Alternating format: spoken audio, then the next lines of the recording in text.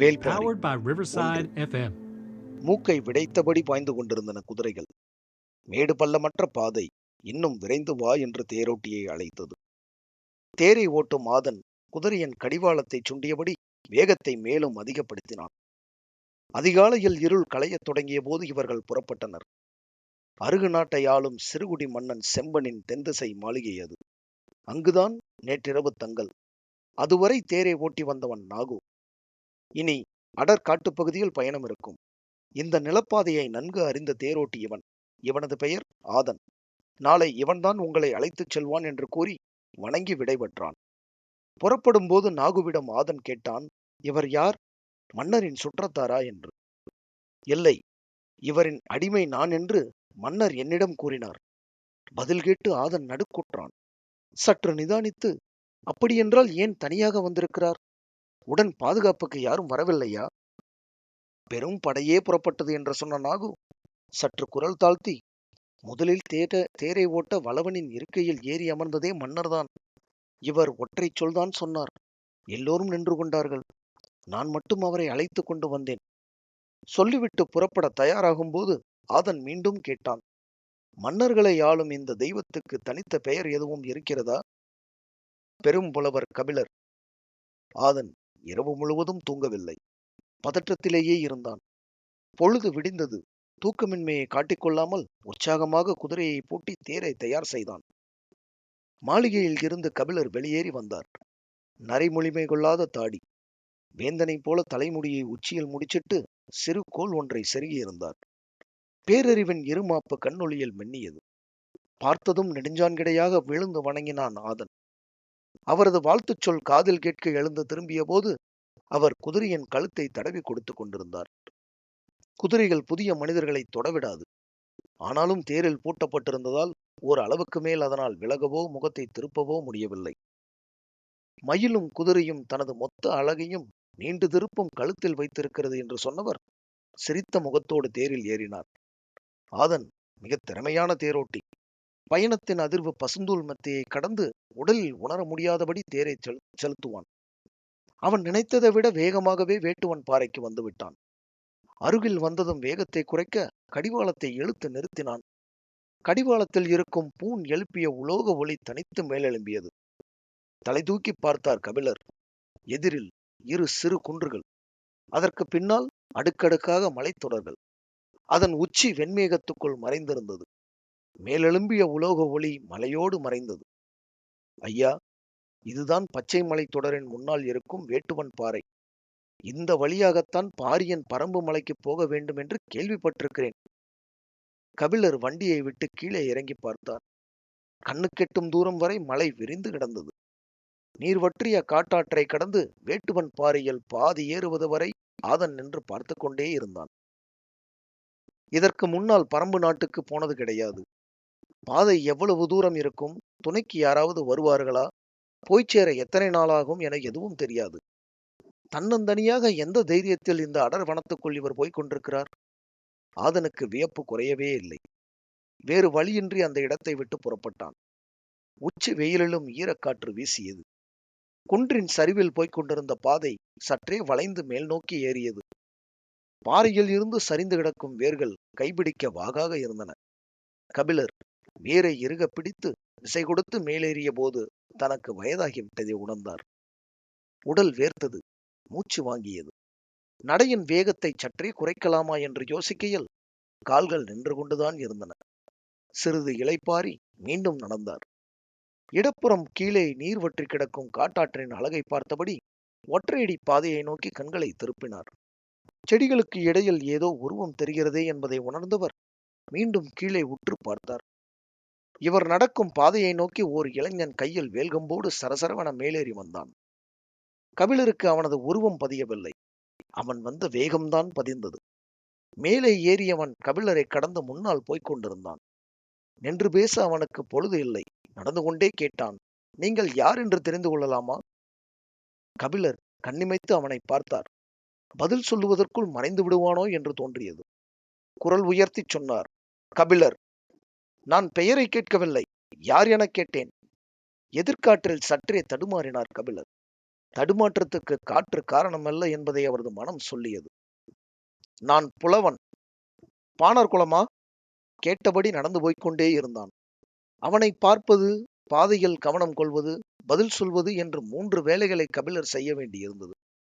இல்லை, பாணர்கள் பாடல் பாடுபவர்கள், இசைஞர்கள், கலைஞர்கள். நான் அவர்கள் இல்லை. நான் புலவன், எழுத கற்றவன். பதில் சொல்லி முடிக்கும் போதே கேள்வி வந்தது. எழுத்து என்றால்? மலையேறும் ஒரு பாதையில் இவ்வளவு தூர இடைவெளியில் ஒரு உரையாடலா? உரத்த குரலில் பதில் சொல்வதற்கு மூச்சுக்காற்று ஒத்துழைக்க மறுத்தது. ஆனாலும் கபிலர் உரத்தே சொன்னார். மரத்தை ஓவியமாக வரைந்து பார்த்திருக்கிறாயா? பார்த்திருக்கிறேன். குகை பாறையில் நிறைய மரங்கள் ஓவியமாக வரையப்பட்டுள்ளன. அதே போல நாம் பேசும் ஒளியை ஓவியமாக வரைவதுதான் எழுத்து. அவனது நடையின் வேகம் கொஞ்சம் குறைந்தது. யோசிக்கிறான் என்று புரிந்தது. அவனை கொஞ்சம் உள்ளிழுக்க முடியும் என்ற நம்பிக்கை கபிலருக்கு வந்தது. உனது பெயர் என்ன? நீலன். இங்கே வா, வரைந்து காட்டுகிறேன் என்று சொன்ன கபிலர் கீழே கிடந்த காய்ந்த குச்சியை குனிந்து எடுத்தார். அவன் சட்டென அருகில் வந்தான். அதை கவனித்தபடியே குச்சியால் கீறி அவனது பெயரை மண்ணில் எழுதினார். அதை பார்த்ததும் உதட்டோரத்தில் ஓர் இளஞ்சிரிப்பு. மீண்டும் நடக்கத் தொடங்கியவன், நான் என்ன யானையின் சாணத்தில் செரிக்காமல் கிடக்கும் ஈக்கியைப் போலவா இருக்கிறேன்? எதிர்காற்று மீண்டும் அடித்து கபிலரை தள்ளாட வைத்தது. நீலன் வேகமாக போய்க் கொண்டிருந்தான். கபிலர் அவனை ரசிக்கத் தொடங்கினார். அவனது வேகம், இறுகித் திரண்ட உடல், வீரனுக்கே உரிய மிடுக்கு, சிறு கண்கள், உள்ளத்தில் இருந்து உருவாகும் கேள்விகள். அவன் கையில் இருக்கும் போதே வேல் இவ்வளவு வேகமாக போகிறதே, அவன் எரிந்தால் எவ்வளவு வேகம் கொள்ளும் என யோசித்த கபிலர், இந்த இடைவெளியில் கேள்வியை நாம் ஆரம்பித்து விடுவோம் என முடிவு செய்து, உனக்கு மனமாகிவிட்டதா என்றார். இல்லை, விரைவில் நடக்கும். சற்று இடைவெளி விட்டு சொன்னான். என்னவளைத்தான் பார்த்துவிட்டு வருகிறேன். எங்கே இருக்கிறாள்? அதோ அந்த மலையின் பின்புறம் இருக்கிறது அவளது குடில். அந்த மலைக்கு பின்புறமா? ஓசையின் நீளமே உணர்வை சொன்னது. நாள்தோறும் இவ்வளவு தூரம் போய் வருவாயா? நாளும் 2 முறை போய் வருவேன். சில நாட்களில் 2 முறை இங்கு வந்து செல்வேன். கபிலருக்கு அவன் மீதான ஈர்ப்பு இன்னும் கூடியது.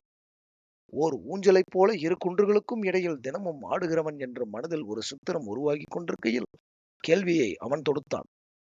பெண்ணின் இதழ் எவ்வளவு சுவையேறி இருக்கிறதே, எப்படி? அந்த இளஞ்செரிப்பு கபிலரின் உதட்டோரத்தில் வந்து உட்கார்ந்தது. ஊஞ்சலில் தன்னையும் ஏற்ற நினைக்கிறான்.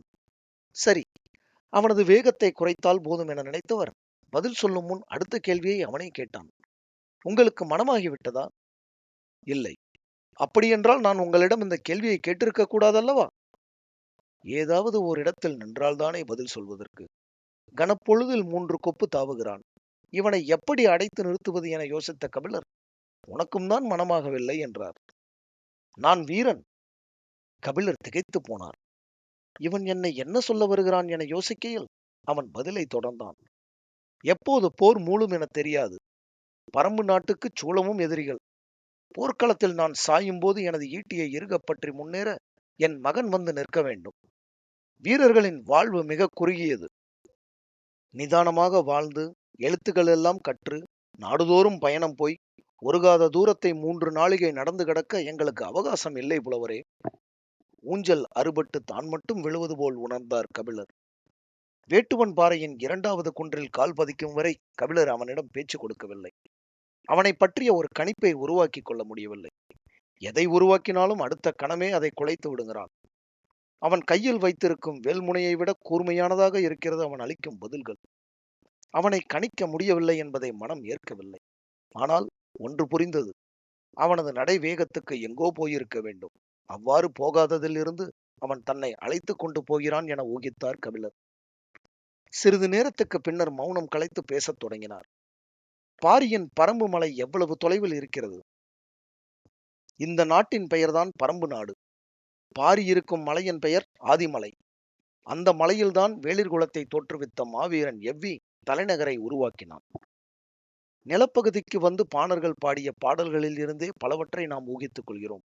ஆனால் உண்மை எவ்வளவு விரிவுடையதாக இருக்கிறது என யோசித்தபடி கபிலர் கேட்டார், அங்கு இருந்துதான் பாரியின் அரசாட்சி நடக்கிறதா?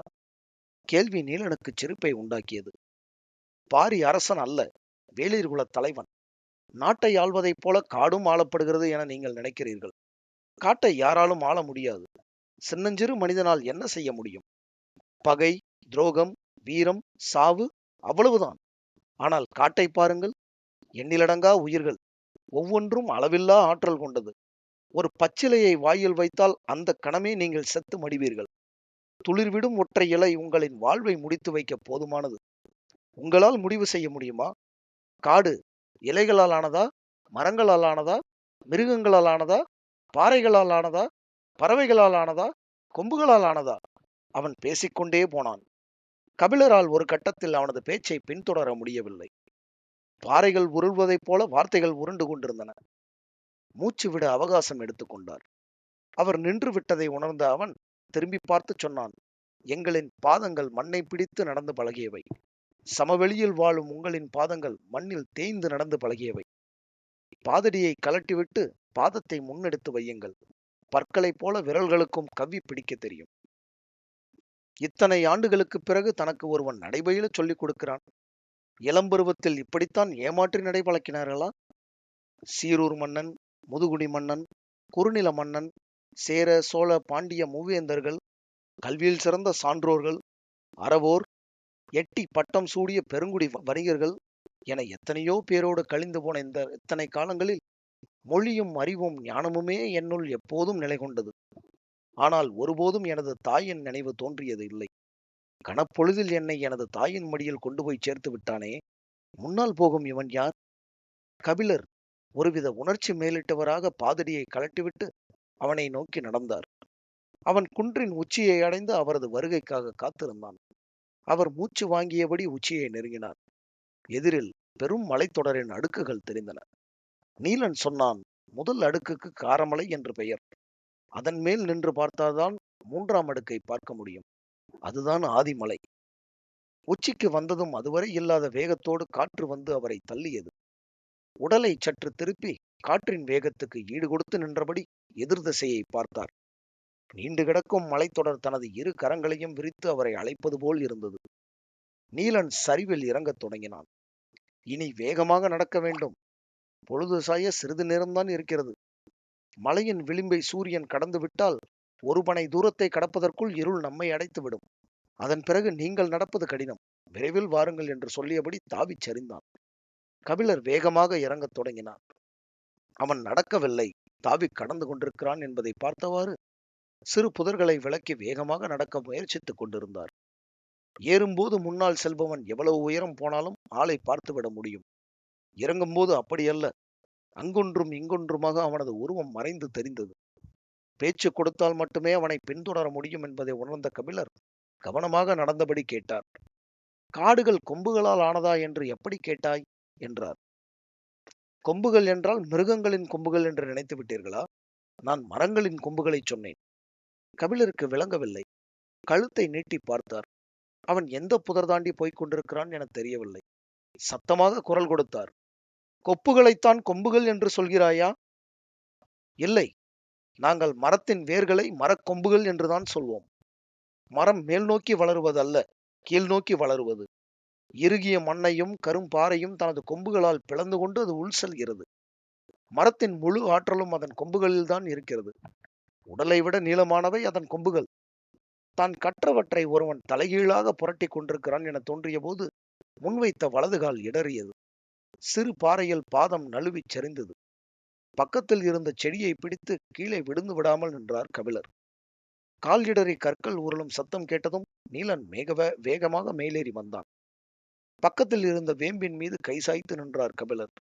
சிறிது நேரம் உட்காருங்கள் என்று சொன்னவன் பாதங்களை உள்ளங்கையால் பிடித்து தசைகளை இழுத்து விட்டான். அவரது முகத்தை பார்த்தபடி நடக்கலாமா என்றான். கொஞ்சம் பொறுப்பா என்பது போல் அவரது பார்வை இறஞ்சியது. கிடைத்த வாய்ப்பை பயன்படுத்தி தன்னை ஆசுவாசப்படுத்திக் கொண்டார்.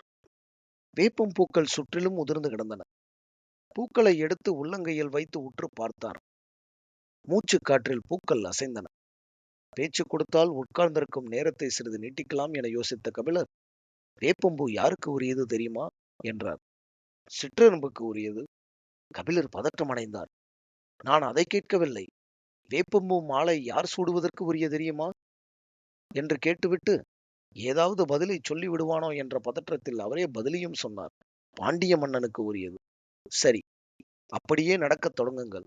நான் அருகிருந்து அழைத்துச் செல்கிறேன் என்றான். கபிலர் நடக்கத் தொடங்கினார். எட்டு வைக்கும்போது கால் நரம்பு சுண்டுவது போல் இருந்தது. சூரியனின் அடிவிளிம்பு காரமலையின் தலையை தொட்டது. முன்னால் நடந்தபடியே கேட்டான். வயல் நண்டை பார்த்திருக்கிறீர்களா? சம்பந்தமில்லாமல் கேட்கிறானே என எண்ணியபடி பார்த்திருக்கிறேன் என்றார். வயல் நண்டின் கண்கள் வேப்பம்பூவை போலத்தான் இருக்கும். உங்கள் பாண்டியன் வயல் நண்டை மாலையாக அணிந்து கொள்வானா? கேட்டபடி நமட்டுச் சிரிப்போடு 4 8 முன்தாவிச் சென்றான். கபிலர் நிலைகுலைந்து போனார். பெரும் வேந்தனை சாதாரண வீரன் ஒருவன் இவ்வளவு தாழ்த்தி தன்னிடம் பேசுகிறானே, இதை கேட்டுக்கொண்டிருப்பது அறம் அல்ல என்று தோன்றியது. இந்த எண்ணம் முழுமையடையும் முன்னர் அவருக்குள் இருந்த கவிஞன் விழித்துக் கொண்டு வெளியில் வந்தான். என்ன அழகான ஒரு உவமை! கன நேரத்தில் எப்படி இவ்வளவு பொருத்தமான ஒரு ஒப்பீட்டை செய்தான்? காதலுக்குள் சூழ்கொண்டு கிடக்கிற ஒருவனுக்கு உவமைகள் வராதா என்ன? மனதில் எண்ணங்கள் ஓடிக்கொண்டிருக்க கபிலர் கேட்டார். வயல் நண்டின் கண்கள் தான் அப்படி இருக்குமா?